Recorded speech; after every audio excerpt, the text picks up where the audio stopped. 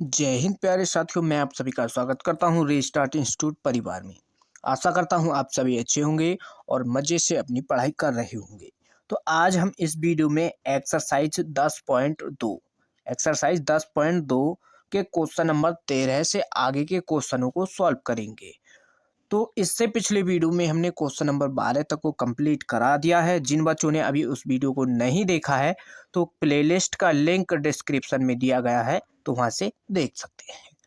तो देखो, question number 13 है से आज सॉल्व करेंगे, यानी इस वीडियो में ये एक्सरसाइज आज आपकी समाप्त हो जाएगी। तो जो बच्चे चैनल पर नए हैं तो चैनल को फटाफट सब्सक्राइब कर लीजिए और वीडियो को लाइक कर दीजिए। तो चलिए स्टार्ट करते हैं। देखो, प्रश्न है कि बिंदुओं ए एवं बी को मिलाने वाले एवं ए से बी की तरफ दिष्ट सदिश की दिक् कोसाइन ज्ञात कीजिए। ठीक, तो यहाँ पर क्या ज्ञात करना है? दिक् कोसाइन ज्ञात करनी है। तो आपको पता होगा, जब दो बिंदु दिए गए हों और उनको मिलाने वाले, यानी जब उन दोनों को मिला करके वेक्टर कैसे बनाया जाता है, ठीक, ये आपको पता होगा। ठीक, तो यहाँ पर देखो कैसे करेंगे इसको हल, ध्यान से समझना, वेरी इंपॉर्टेंट क्वेश्चन है और ये एक्सरसाइज आपकी इंपॉर्टेंट है। तो यहाँ पर हम क्या करेंगे, इसमें ए से बी की तरफ, तो यहाँ पर हम जब इन दोनों को, पहले तो दिया है, जो दिया है उसको लिख लो। दिया है ए बिंदु दिया है 1, 2, 3, ये भी माइनस का। बी हमको दिया है -1, -2 और 1, ये दो बिंदु दिए गए हैं। ठीक, तो देखो, इन दोनों से जब मिलाएंगे इन दोनों को, एक वेक्टर बनेगा ए वी वेक्टर।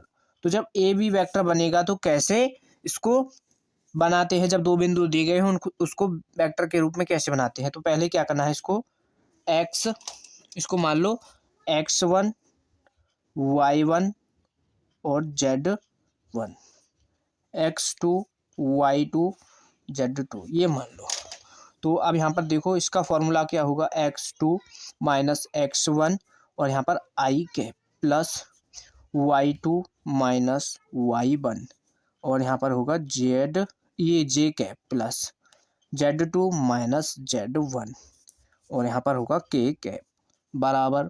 अब देखो, x2 की वैल्यू -1 माइनस x1 की वैल्यू 1, ठीक, यहाँ पर i कैप हो जाएगा प्लस।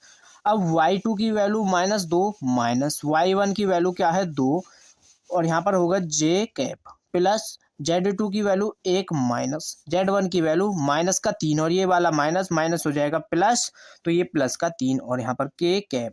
अब देखो, ये माइनस की जुड़ेगा तो ये माइनस का i कैप हो जाएगा, 2 माइनस का i कैप ये जुड़ जाएगा और माइनस का 4 j कैप हो जाएगा और ये प्लस का k कैप, ये हो जाएगा, जुड़ जाएगा। अब ये आया है ए बी वेक्टर, यहाँ तक कोई डाउट आपको नहीं होगा। अब हमने इन दोनों से एक वेक्टर ए बी बना लिया है। अब हमको निकालना है इस सदिश, यानी जो ये सदिश है यही तो आया है, दिष्ट सदिश की दिक् कोसाइन ज्ञात करनी है। यानी ये जो सदिश आया है इसकी हमको दिक् कोसाइन निकालनी है। तो दिक् कोसाइन कैसे निकालते हैं, ये फॉर्मूला हमने सब पिछले वीडियो में लिखवा दिए हैं। तो देखो, दिक् कोसाइन ज्ञात करेंगे तो पहले इसका यानी मॉड निकालना है, इसका परिमाण। तो ए बी वेक्टर, इसका परिमाण निकाल लो। तो परिमाण कैसे निकालोगे? एक i j के इनके गुणांक का स्क्वायर करके निकल जाएगा। तो इसका गुणांक 2 का स्क्वायर करोगे 4, 4 का स्क्वायर कर लोगे 16, इसका 16 है। ठीक, जोड़ दो तो क्या आ जाएगा इसका गुणांक? तो इनको जोड़ दो, ये कितना हो जाएंगे? 16, 16 32 और 4 36, √36। तो ये किसका हो जाएगा? स्क्वायर 6 का। तो ए बी का मॉड यानी ए इंटू बी वेक्टर का परिमाण क्या आ चुका है? 6 आ चुका है। तो दिक् कोसाइन क्या होती है हमारी? तो दिक् कोसाइन देख लो क्या होती है, LMN ये होती है। तो पहले अभी यहाँ पर देखो, इसकी यहाँ पर वैल्यू पहले तो देखो LMN ये होती है क्या? दिक् कोसाइन होती हैं।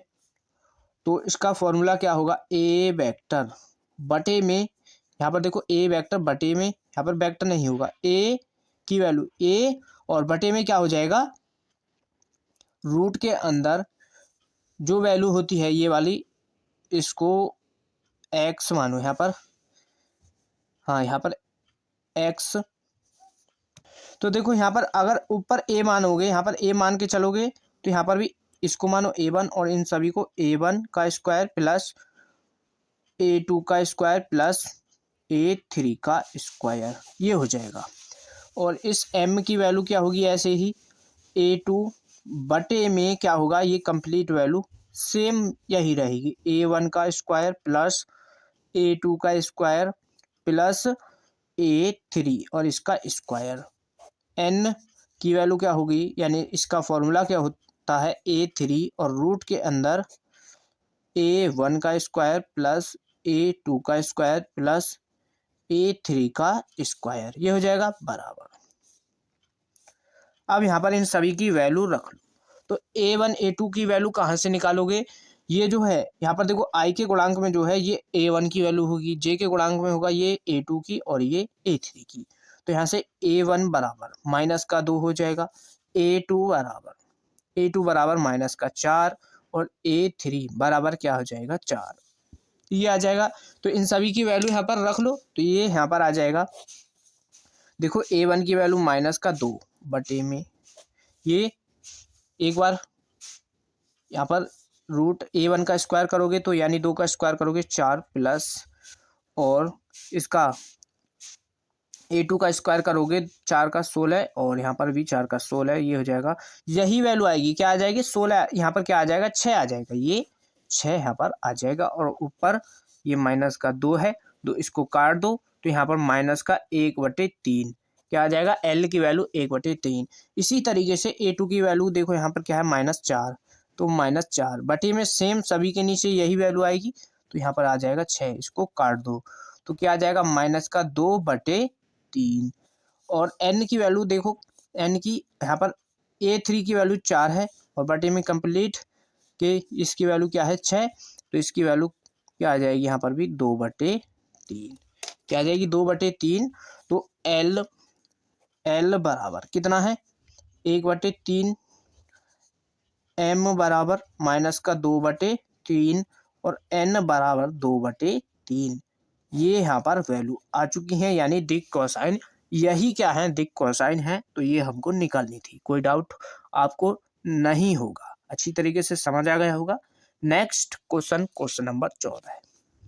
तो देखो नेक्स्ट क्वेश्चन है क्वेश्चन नंबर 14, क्या है कि दर्शाइए कि सदिश, ये एक सदिश दिया है, सदिश अक्षों OX OY OZ के साथ बराबर झुका हुआ है, यानी ये कौन है OX OY OZ अक्ष के साथ झुका हुआ है और सदिश क्या दिया है, ये दिया है। तो हम क्या करेंगे, इसको इस सदिश को कुछ ना कुछ मान लेंगे। तो हम इसको A वेक्टर मान लेते हैं, A वेक्टर बराबर मान लिया, ये हमको ये दिया है I कैप J कैप और K कैप, ये यहाँ पर दिया है। अब हमको निकालना क्या है, इसमें सीधा सीधा क्या निकालना है, इसमें दिक कोसाइन निकालनी है, जैसे अभी हमने निकाला था। तो कैसे, यहाँ पर देखो एक वेक्टर दिया है, जब एक वेक्टर दिया है और इसमें कोण भी पूछा है, साथ में झुका हुआ है, तो कैसे इसको सॉल्व करेंगे। इसका फॉर्मूला वही LMN तो निकाल रहे हैं, लेकिन वो किसके बराबर होती हैं वो यहाँ पर अभी देखेंगे। तो ये तो यहाँ पर दिया है, तो हम क्या करेंगे, इसमें पहले इसका परिमाण निकाल लो, जो वेक्टर दिया है A वेक्टर का परिमाण कैसे निकालोगे। देखो सबके इसके सबके गुणांक क्या होगा 1, और स्क्वायर करोगे 1 का 1 ही आएगा, तो यहाँ पर √3 आ जाएगा, ठीक, √3 आ गया। अब OX OY और OZ के साथ झुके हुए जो कोण है वो अल्फा बीटा गामा, ये हमने मान लिए, ठीक। OX पर जो कोण होगा वो अल्फा होगा, x अक्ष पर कौन सा कोण बनता है अल्फा, y अक्ष पर बनेगा तो गामा, और बीटा बनेगा y अक्ष पर, और z अक्ष पर बनता है गामा।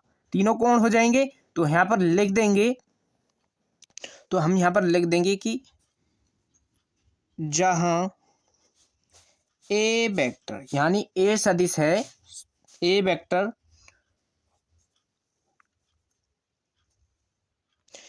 ये क्या है, एक सदिश है, तो इसमें OX OY और OZ ये है। और इसके साथ यानी जो साथ जो कोण झुका हुआ है वो क्रमशः क्या है, क्रमशः अल्फा बीटा गामा। ये कोण है, कोण बनाते हैं, ठीक, बनाते हैं, ये कोण बनाते हैं क्या, ओ एक्स बनाएगा अल्फा कोण, ओ वाई बनाएगा बीटा कोण, ओ जेड बनाएगा गामा कोण, ठीक, ये कोण बनते हैं। अब यहाँ पर देखो एल, इसमें जब कोण बनेगा एल बराबर होता है हमारा कॉस अल्फा, एम बराबर होगा कॉस बीटा और एन बराबर होगा कॉस गामा। ये हो जाएगा। अब देखो cos alpha cos beta cos gamma, l m n, ये हमने क्वेश्चन देखो इनको कहाँ पर निकालो, इनको यहाँ पर निकाल दो, यहाँ पर निकाल लो एल एम एन की वैल्यू। तो एल बराबर ए वन की वैल्यू, ए वन फॉर्मूला कौन सा होगा, ए वन बटे में ए वेक्टर का मोड, ये हो जाएगा फॉर्मूला। जब इसका रूट यानी इसका मोड निकालोगे तो ये आएगा ये √3 और ए वन की वैल्यू यहाँ पर 1 होगी, तो 1/√3 एम बराबर सभी की एल एम एन सभी की वैल्यू क्या आएगी यहाँ पर 1/√3, एन बराबर 1/√3, ये हो जाएगी।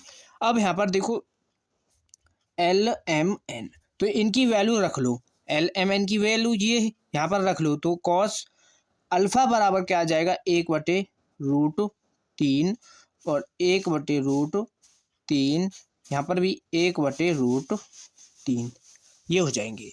अब यहाँ से अगर हम किसकी वैल्यू निकालना चाहें, कॉस यानी अल्फा बीटा गामा, ये कोण निकालने हैं हमको, तो अल्फा की वैल्यू देखो यहाँ से क्या होगी, अल्फा बराबर इस कॉस को इधर लाएंगे तो इनवर्स में बदल जाएगा, ये हो जाएगा कॉस इनवर्स 1/√3।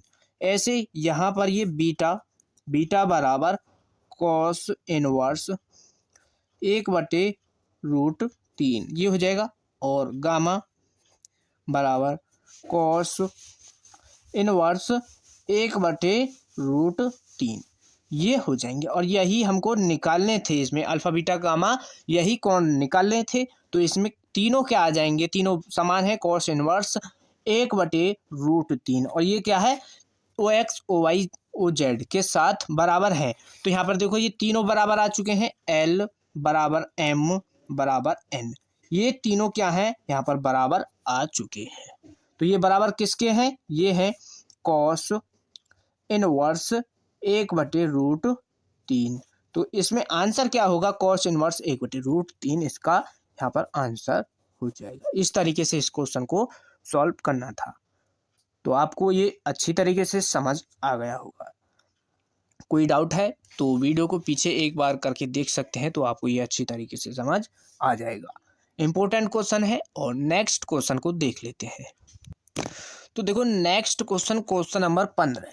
क्वेश्चन नंबर 15 को स्टार्ट करने से पहले यानी उसको सॉल्व करने से पहले उसके कुछ फॉर्मूले हैं दो, उनको जान लेते हैं, फिर उसको क्वेश्चन को सॉल्व कर लेंगे। तो यहाँ पर देखो खंड सूत्र होता है एक, तो खंड सूत्र में भी दो उसके पार्ट होते हैं, जब अंतः विभाजन के लिए और एक बाह्य विभाजन के लिए।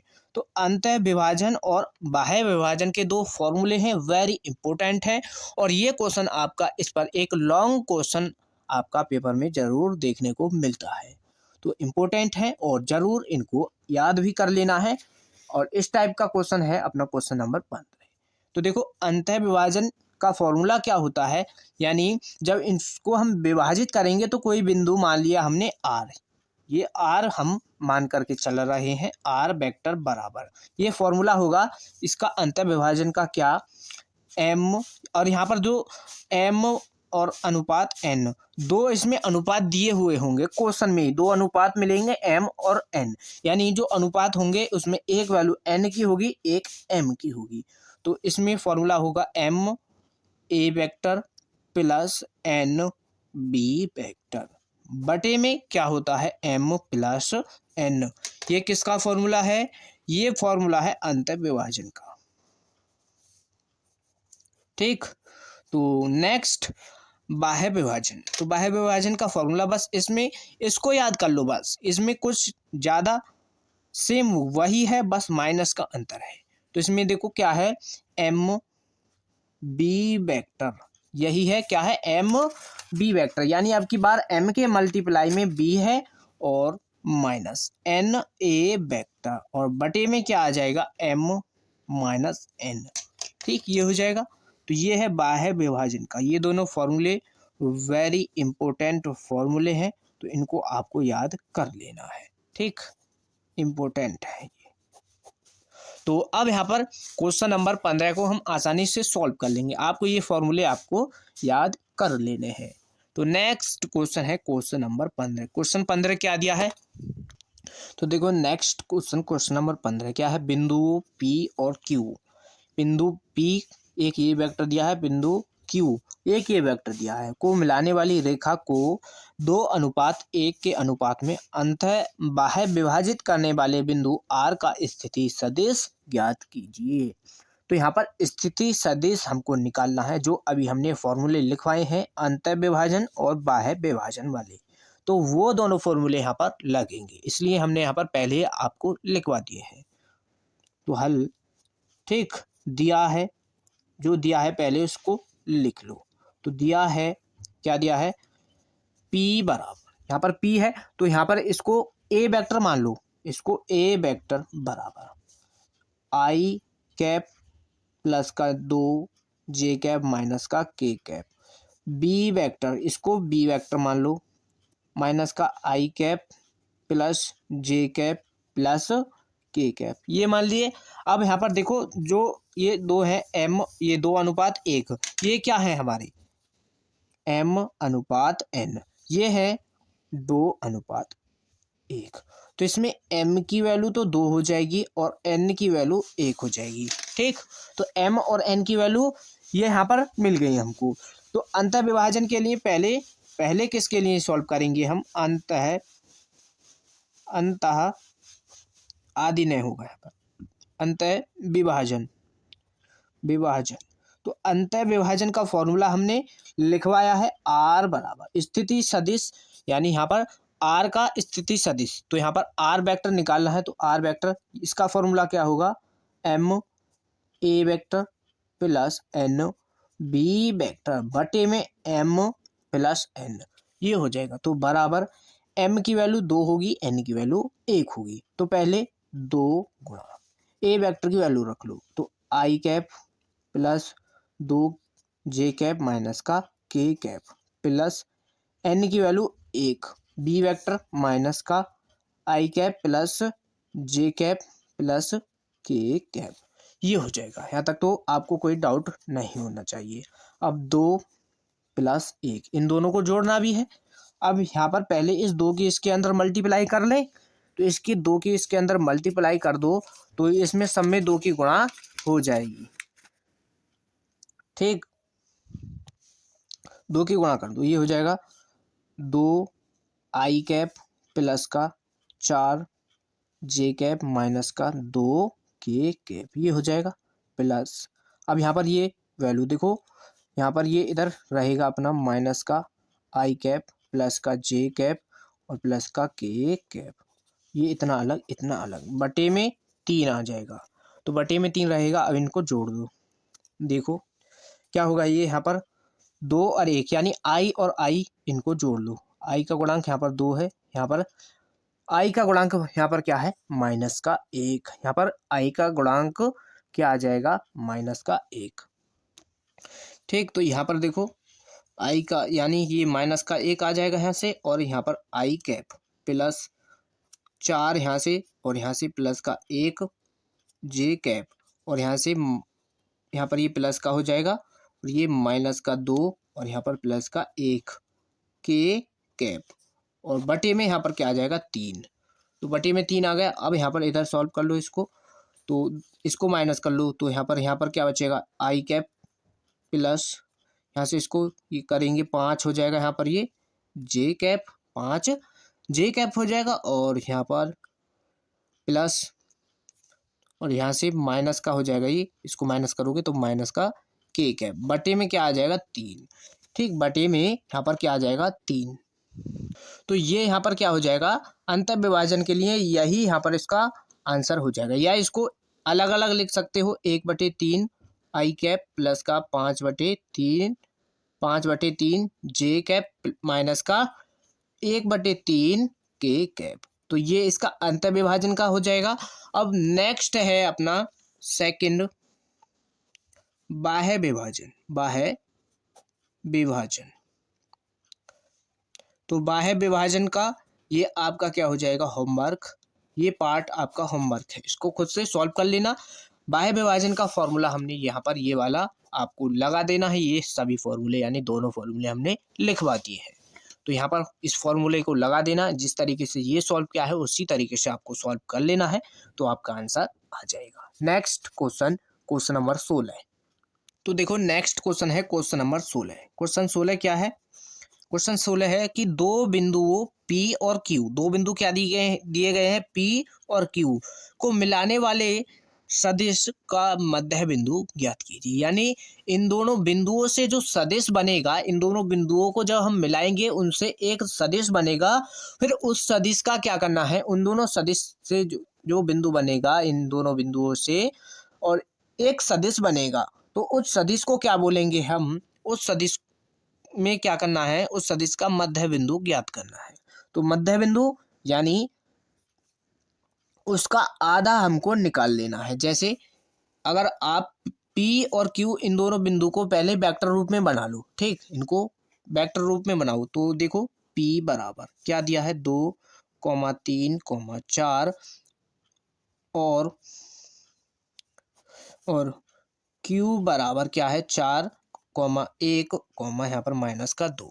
तो देखो जब P बिंदु से हम बनाएंगे एक वेक्टर, मान लो हमने मान लिया A, तो इन बिंदुओं को जब वेक्टर रूप में बनाएंगे तो देखो यहाँ पर ये इसको x y z ये मान लो वैल्यू। तो यहाँ पर जब इसको वेक्टर रूप में बनाएंगे तो ये हो जाएगा 2 आई कैप प्लस का 3 जे कैप प्लस 4 के कैप, ये हो जाएगा। अब देखो जब इसको बनाएंगे यहाँ पर Q बिंदु को, तो इसको मान लो B वेक्टर, इसी तरीके से ये बन जाएगा 4 आई कैप प्लस जे कैप, यहाँ पर माइनस का 2 के कैप। तो ये दोनों यहाँ पर वेक्टर बन चुके हैं, A वेक्टर और B वेक्टर। तो ये दोनों बन चुके हैं। तो इसमें कहा है इन दोनों मिलाने वाले सदिश, यानी दो बिंदु, यानी दो सदिश कौन से आ गए, A वेक्टर और B वेक्टर, दो सदिश आ गए। इन दोनों का मध्य बिंदु ज्ञात करना है। तो मध्य बिंदु कैसे ज्ञात करोगे, इन दोनों को जोड़ दो और उसमें 2 से भाग लगा दो, तो मध्य बिंदु यानी इसके आधा यहाँ पर आ जाएगा मध्य बिंदु। तो यहाँ पर क्या करेंगे हम, मध्य बिंदु निकालेंगे। लिख लो मध्य बिंदु क्या होगा, मध्य बिंदु। तो मध्य बिंदु बराबर A vector plus B vector बटे में क्या आ जाएगा, 2, ये हो जाएगा।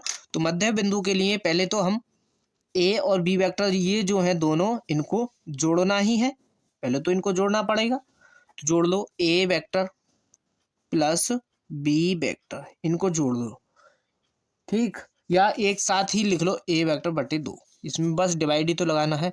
तो A की वैल्यू यानी A vector 2 I cap 3 J cap plus 4 के कैप प्लस B वेक्टर क्या है, 4 आई कैप प्लस जे कैप माइनस का 2 के कैप बटे में 2, ये हो जाएगा बराबर।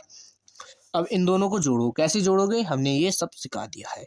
जो आई का गुणांक है उसको जोड़ दो, तो यहाँ से 2 आ जाएगा, यहाँ से आ जाएगा 4 और यहाँ पर ये आई कैप प्लस यहाँ पर देखो 3 और यहाँ से प्लस का 1 आएगा और ये हो जाएगा जे कैप प्लस यहाँ से 4, यहाँ से माइनस का 2 और के कैप बटे में 2, ये हो जाएगा।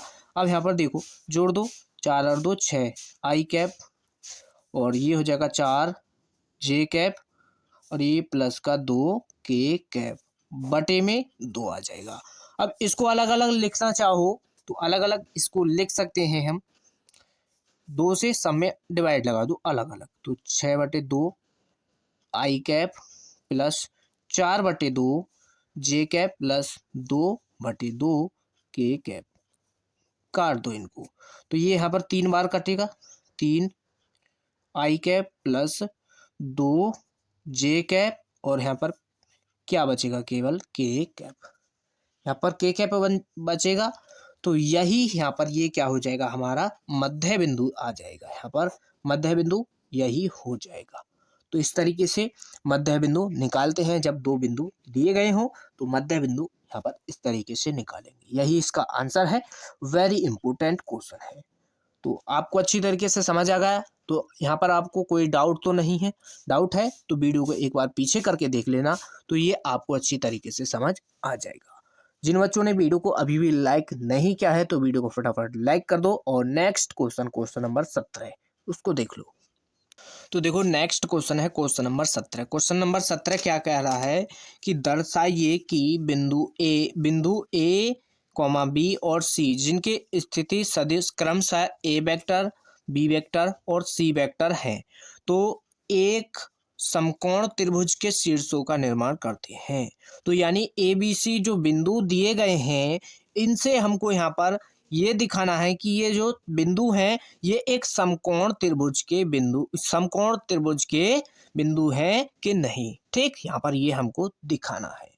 तो समकोण त्रिभुज का फॉर्मूला क्या होता है उसको दिखाने के लिए, कोई दो बिंदुओं को जोड़ने के बाद उसमें एक बिंदु के बराबर आ जाएं वो दोनों, यानी दो बिंदु जोड़े और वो किसी एक बिंदु के बराबर आ चुके हैं, तो वो यहाँ पर क्या कंडीशन हो जाएगी कि ये एक समकोण त्रिभुज के शीर्ष हैं।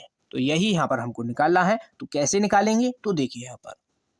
ठीक, हल तो दिया है, पहले जो दिया है उसको लिख लो।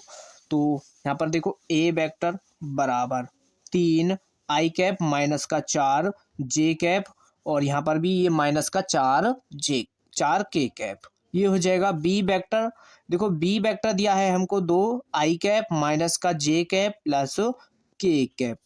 और सी वेक्टर है, देखो सी वेक्टर बराबर आई कैप माइनस का 3 जे कैप माइनस का 5 के कैप। तीनों ये बिंदु दिए गए हैं। ये क्या है, ए बी सी के जो तीन बिंदु हैं, ये ए बी सी। तो ये a vector, b vector, c vector, ये इसके स्थिति सदिश हैं। जैसे इसके बिंदु ए के स्थिति, जैसे यहाँ पर ये वेक्टर ए मान लिया हो, इसको वेक्टर ए मानो और इसका स्थिति सदिश क्या होगा, ओ ए। ठीक, बी वेक्टर का हो जाएगा ओ बी। इस तरीके से यहाँ पर इसका स्थिति सदिश है a vector, b vector, c vector. तो सी वेक्टर का सी बिंदु का सी वेक्टर, इस तरीके से। अब यहाँ पर पहले क्या निकालना है हमको, फर्स्ट में निकालना है ए बी वेक्टर। तो ए वी वेक्टर कैसे निकालोगे, वेक्टर बी में से वेक्टर ए को माइनस कर दो। ठीक, वेक्टर बी में से वेक्टर ए को माइनस कर दी, तो ये हो जाएगा यहाँ पर देखो बराबर वेक्टर बी कहाँ है, ये रहा 2 आई कैप माइनस जे कैप प्लस के कैप। अब यहाँ पर माइनस का ए की वैल्यू 3 आई कैप माइनस 4 जे कैप माइनस 4 के कैप। अब यहाँ पर देखो माइनस करो 2, यहाँ से इस माइनस की इसके अंदर मल्टीप्लाई कर लो। ठीक, या इस माइनस को ले लो यहाँ पर।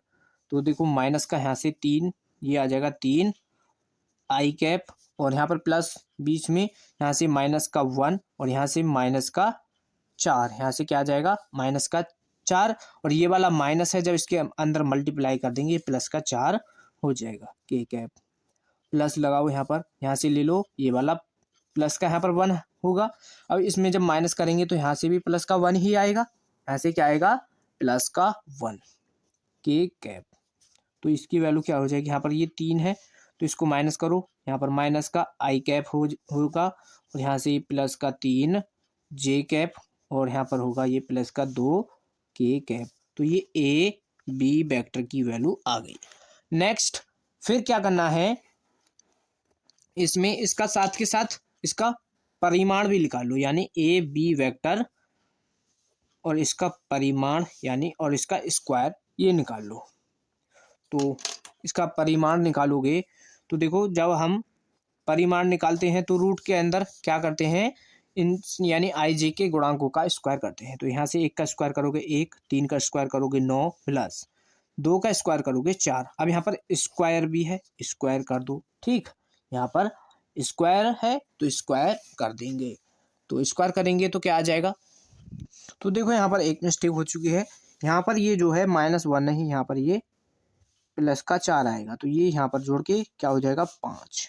जब इस 5 का स्क्वायर करोगे तो यहाँ पर क्या हो जाएगा ये 25। अब ठीक है, अब स्क्वायर है रूट है, स्क्वायर से रूट को काट देंगे तो क्या है, इन सभी को जोड़ दो, 9 और 1 10 और 25 कितना हो जाएगा 35। ठीक, तो ये आ जाएगा हमारा यहाँ पर 35, ये क्या आ गया 35। तो अब नेक्स्ट क्या करना है, बी सी वेक्टर निकाल लो, बी सी वेक्टर।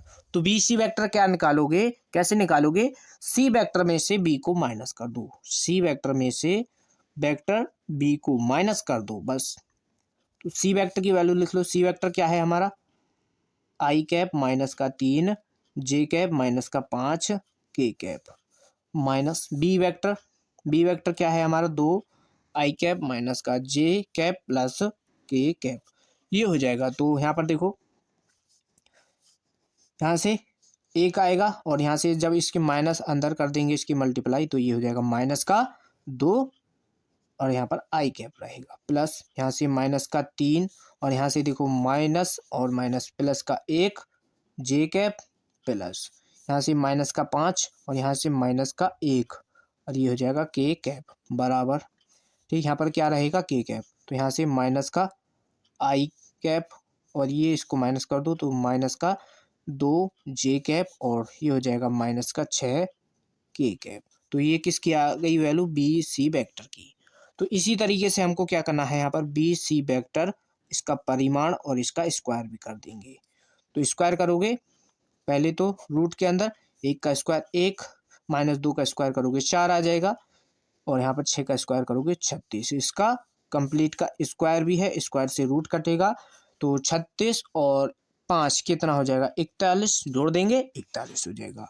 अब क्या करना है, नेक्स्ट क्या निकालना है, बी ए बी वेक्टर निकाल लिया, बी सी वेक्टर निकाल लिया, अब निकालो सी a vector, C a vector. ठीक, तो सी ए वेक्टर कैसे निकालोगे, ए वेक्टर में से माइनस कर दो किसको, सी वेक्टर को, ये करना है बराबर। ए वेक्टर की वैल्यू पहले, ए वेक्टर क्या है हमारा, ए वेक्टर है 3 आई कैप -4 जे कैप -4 के कैप और ये माइनस का सी वेक्टर, देखो सी वेक्टर है आई कैप -3 जे कैप -5 के कैप, ये हो गया। अब देखो यहाँ से 3 आएगा, जब इसके अंदर मल्टीप्लाई करोगे तो ये माइनस जो वैल्यू है ये प्लस की हो जाएगी, तो ये यहाँ पर माइनस का आई कैप और प्लस यहाँ से -4 यहाँ से +3 जे कैप प्लस यहाँ से -4 और यहाँ से +5 के कैप, ये हो जाएगा। अब बराबर यहाँ से 2 आई कैप प्लस का यहाँ से माइनस करोगे माइनस का जे कैप हो जाएगा और यहाँ से इसको माइनस करोगे तो प्लस का के कैप आ जाएगा। तो ये किसकी वैल्यू आ चुकी है, सी ए वेक्टर की। अब इसी तरीके से क्या निकाला है हमको, सी ए वेक्टर का परिमाण और इसका स्क्वायर कर दो।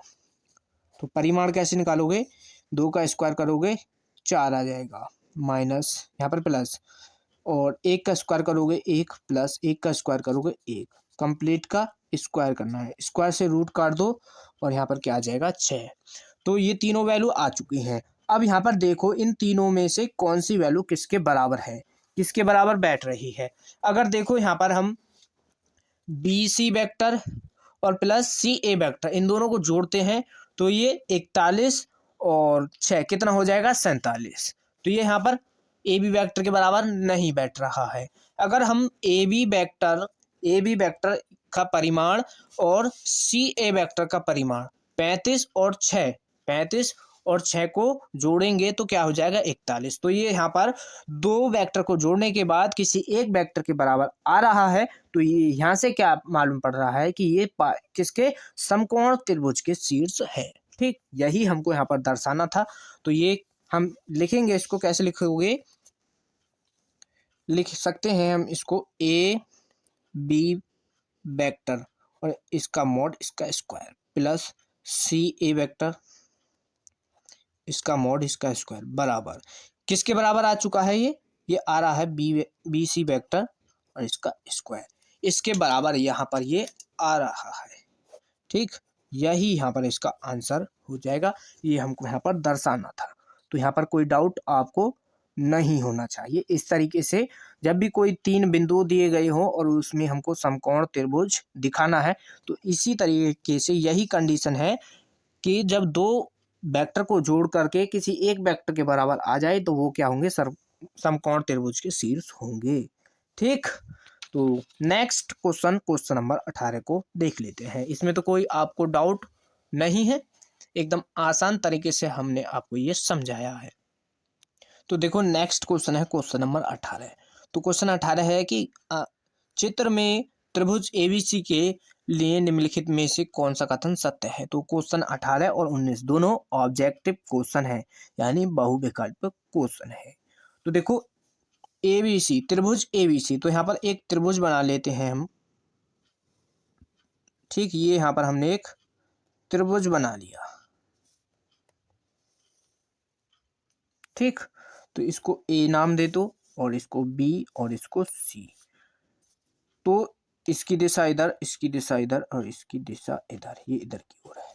तो देखो इसमें कौन सी कंडीशन सत्य है। तो a vector plus b vector plus c a vector, तो इसमें कैसे इसको देखेंगे ये कौन सी कंडीशन सत्य है। तो हम यहाँ पर क्या करेंगे, सदिशों के योगफल, त्रिभुज का नियम, त्रिभुज का नियम यहाँ पर लगाएंगे। त्रिभुज का नियम क्या कहता है, a vector a b vector plus b c vector और प्लस बराबर किसके होता है, ये ए सी वेक्टर की, ये त्रिभुज का नियम होता है। तो यहाँ से देखो a b vector plus b c vector, ठीक, प्लस बी सी वेक्टर और यहाँ पर देखो इसमें क्या है, सी ए वेक्टर। अगर हम इसको लिख सकते हैं, इसको देखो बराबर, अगर यहाँ पर इसको सी ए वेक्टर इसको बदल दें तो यहाँ पर ये माइनस आ जाएगा। ठीक, ये माइनस यहाँ पर आ जाएगा, तो हम इसको लिख सकते हैं अब a vector plus b c vector और इस बराबर को निकाल दो बाहर, तो ये प्लस सी ए वेक्टर बराबर 0। तो ये यहाँ पर बराबर 0 को हम लिख सकते हैं 0 वेक्टर। इसको क्या लिख सकते हैं, 0 वेक्टर। तो इसमें ऑप्शन कौन सा सही होगा, इसमें ऑप्शन सत्य नहीं है। हमको क्या बताना है, ऑप्शन सत्य नहीं है। तो देखो ये भी इसमें सत्य हो जाएगा, ये भी सत्य है, ये भी सत्य है, लेकिन ये देखो ऑप्शन सी सत्य नहीं होगा, बस ऑप्शन सी सत्य नहीं है। और यहाँ पर देखो हमारा क्या आया है, a vector plus b vector plus c a vector, तो देखो ये भी हो जाएगा। अगर हम यहाँ से अगर इसको बराबर बाहर निकाल दे तो ये माइनस का ए सी वेक्टर हो जाता, तो ये भी यहाँ पर सत्य हो जाएगा। लेकिन यहाँ पर ये सी ए वेक्टर ये क्या है, सत्य नहीं है, तो इसलिए यहाँ पर ये गलत, यानी इसका सही उत्तर यही हो जाएगा। ठीक, तो नेक्स्ट क्वेश्चन नंबर 19। क्वेश्चन 19 को देखो, 19 क्या है। तो देखो नेक्स्ट क्वेश्चन है क्वेश्चन नंबर 19। क्वेश्चन 19 क्या है, यदि ए वेक्टर और बी वेक्टर दो संरेख सदिश हैं तो निम्नलिखित में से कौन सा कथन सत्य नहीं है। तो सत्य कथन नहीं है, तो देखो ए वेक्टर क्या है, यानी ए ऑप्शन है वेक्टर बी बराबर है लैम्डा ए वेक्टर, किसी अदिश के लिए, किसी अदिश लैम्डा के लिए। तो ये लैम्डा क्या है, किसी अदिश के लिए है। तो ये संरेखी कंडीशन है कि नहीं, ये संरेखी कंडीशन है। तो ए वेक्टर बराबर प्लस माइनस बी वेक्टर, तो ये भी क्या है, एक संरेखिक कंडीशन है। ए वेक्टर और बी वेक्टर क्रमागत घटक समानुपाती है, ये क्या है, एक संरेखिक कंडीशन ये भी है। लेकिन ऑप्शन डी देखो, दोनों सदिशों ए वेक्टर तथा बी वेक्टर की दिशा समान है परंतु परिमाण विभिन्न है, तो ये कंडीशन आपकी गलत है। इसमें कोई ज़रूरी नहीं होता है कि परिमाण समान हो या विभिन्न हो, इससे कोई फर्क नहीं पड़ता है। तो संरेख के लिए ये कंडीशन गलत है, तो यही इसका उत्तर हो जाएगा। ऑप्शन डी इसमें यही उत्तर हो जाएगा। हमको क्या दिखाना था कि सही नहीं है, तो यही सही नहीं है, बस ये हमको दिखाना था। तो इस एक्सरसाइज में 19 ही क्वेश्चन थे, तो ये एक्सरसाइज आज आपकी कंप्लीट होती है। तो जितने भी क्वेश्चन इसमें कराए हैं तो ये सभी आपको अच्छी तरीके से समझ आ गए होंगे, कोई भी डाउट आपको नहीं होना चाहिए एक भी क्वेश्चन में। थोड़ा बहुत किसी क्वेश्चन में डाउट है तो वीडियो को वहाँ से पीछे करके एक बार देख लेना, तो आपको अच्छी तरीके से सब समझ आ जाएंगे। तो नेक्स्ट वीडियो में नेक्स्ट एक्सरसाइज को सॉल्व करेंगे। तो आज के लिए बस इतना ही, मिलते हैं ऐसे ही नेक्स्ट वीडियो में। वीडियो को ज़्यादा से ज़्यादा अपने दोस्तों के पास शेयर कीजिए ताकि हमसे और भी बच्चे जुड़ सकें। मिलते हैं ऐसे ही नेक्स्ट वीडियो में। धन्यवाद।